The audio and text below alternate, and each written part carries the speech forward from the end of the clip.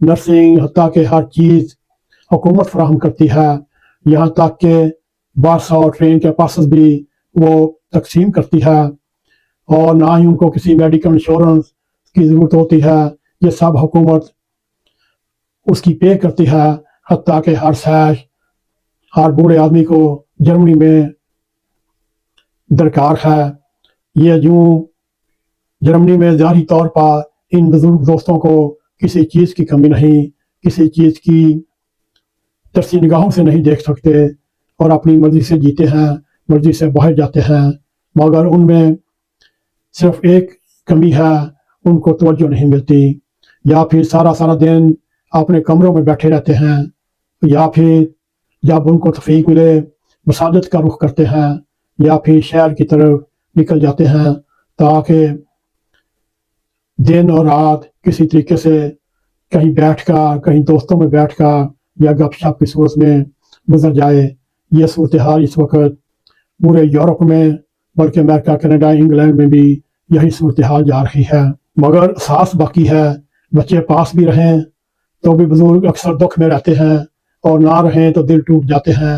جبیر صاحب کی طرح پاکستان میں بھی ہزاروں ماں باپ جو اپنی جوانیاں لٹا کر بچوں کو کھڑا کرتے ہیں، اپنی خواہشیں مار کر، اپنے خواب بیچ کر ساری کمائی، ساری میراث ان بچوں کے نام کر دیتے ہیں، جن کے سائے میں بڑھاپے میں آرام کی امید رکھتے ہیں، مگر یوں ہی ان کے ہاتھ میں سب کچھ آتا ہے، وقت بدل جاتا ہے، کل کا محبوب باپ آج کا مسئلہ بن جاتا ہے، گھر کم پڑ جاتے ہیں، وقت کم پڑ جاتا ہے، بہانے لمبے ہو جاتے ہیں، اور یہاں کا بڑھاپا، یہاں کوئی بزرگ بیٹا بہو کے سامنے شرمندہ نہیں ہوتا، نہ دماد اپنے سسر کو بوجھ سمجھتا ہے، ریاست انہیں سہارا دیتی ہے، ان کی عزت چھیننے والا کوئی نہیں، صرف تنہائی جو آہستہ آہستہ ان کی روح کو کھا جاتی ہے۔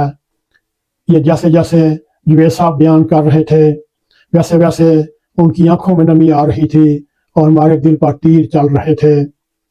مگر یہ بھی دیکھا جائے، پاکستان اور جرمنی کے یا یورپ کے رہن سہن میں آسمان زمین کا فرق ہے۔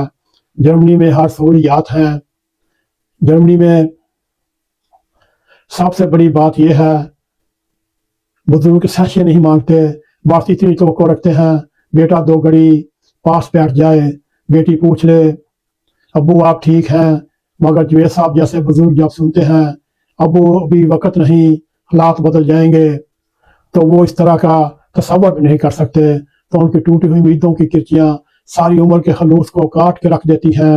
یہ سوال صرف جوید صاحب کا نہیں، یہ ہر انسان کا سوال ہے جس نے سب کچھ لٹا کر بڑھاپے میں تنہائی چنی نہیں بلکہ پائی ہے۔ یہ سب جب بڑھاپے میں باپ اپنی ساری میراث، اپنی ساری جائیداد جب بچوں میں تقسیم کر دیتا ہے، اور باپ کی جیبیں خالی ہو جاتی ہیں، جائیداد ختم ہو جاتی ہے، اور اکاؤنٹ خالی ہو جاتے ہیں، اور اس کے بعد پھر بچوں کا رویے میں بھی تبدیلی آنی شروع ہو جاتی ہے، اور یوں جیسے پنجابی میں یہ کہتے ہیں ایک باپ ہتھل ہو کر بیٹھ گیا، یوں وہ بچوں کے پیار کا محتاج ہو گیا۔ اگر دیکھا جائے ان بزرگوں کا آخری ٹائم بڑے آرام سے گزرتا ہے۔ جرمنی میں رہنے والے بزرگ کہتے ہیں ریاست سب کچھ دیتی ہے مگر محبت نہیں دے سکتی، بچوں نے سب لے لیا، وقت نہیں دے سکتے، دکھ ایک ہی ہے، فرق صرف یہ ہے یہاں دکھ مہذب میں ملتے ہیں، وہاں دکھ بے بسی میں ہے۔ اور آخر میں جوید صاحب یہ کہنے لگے بیٹی نیلا جیسی بھی ہے، ابھی زندہ ہے، رشتے مکمل مر تو نہیں گیا۔ کہنے لگے ایک دن میرے دروازے پر بیل کی آواز آئی، میں نے سوچا عرصہ دراز ہوا نہ کوئی میرا بیٹا آیا نہ کوئی بیٹی آئی، یہ بیل کس نے دے دی؟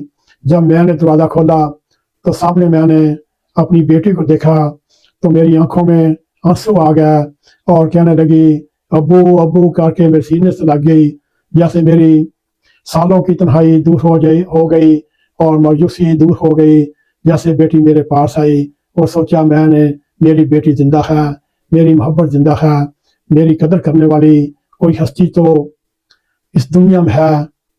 اور یوں کبھی کوئی بیٹی اپنے باپ کا ہاتھ تھام لیتی ہے، جب بیٹا بھی آ کر اپنے باپ کا ہاتھ تھام لیتا ہے، باپ کے خون میں سیر و اضافہ ہو جاتا ہے، اس کی تنہائی کا خاتمہ ہو جاتا ہے، پھر آنے والا وقت ہفتہ 2 ہفتے اسی لمس کو چوم چوم کر گزارا کرتا ہے۔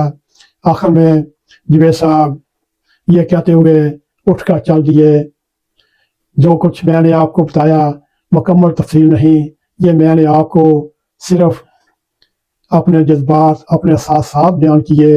یہ میرے ساتھ ہو رہا ہے، ہو سکتا ہے صرف میرے ساتھ نہیں، میں ایک صرف علامت ہوں۔ مجھ جیسے ہزاروں پاکستانی بزرگ دیار غیر میں ایسی زندگی گزار رہے ہیں، مگر کیا کریں، وہ جاتے جاتے وہ میرے لیے ایک سوال چھوڑ گیا۔ وہ سوال کیا تھا؟ یہی میں سوچ رہا تھا، وہ سوال ہے کیا؟ اب میں بھی اسی سوچ میں پڑ چکا ہوں۔ کیا یہ وقت آنے والا ہے؟ کیا 100% بڑھاپے میں زندگی ایسی ہوتی ہے؟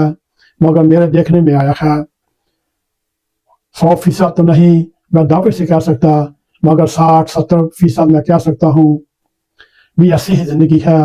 30-40% ایسے لوگ ہیں جو مالی طور پر مضبوط ہیں اور انہوں نے ابھی تک اپنی جائیداد، اپنی میراث بچوں میں تقسیم نہیں کی۔ بس اسی وجہ سے بچے ان کی قدر کرتے ہیں، ان کے آگے پیچھے گھومتے پھرتے ہیں، اور اس طرح ان کا بڑھاپا بہترین طور پر گزر رہا ہے۔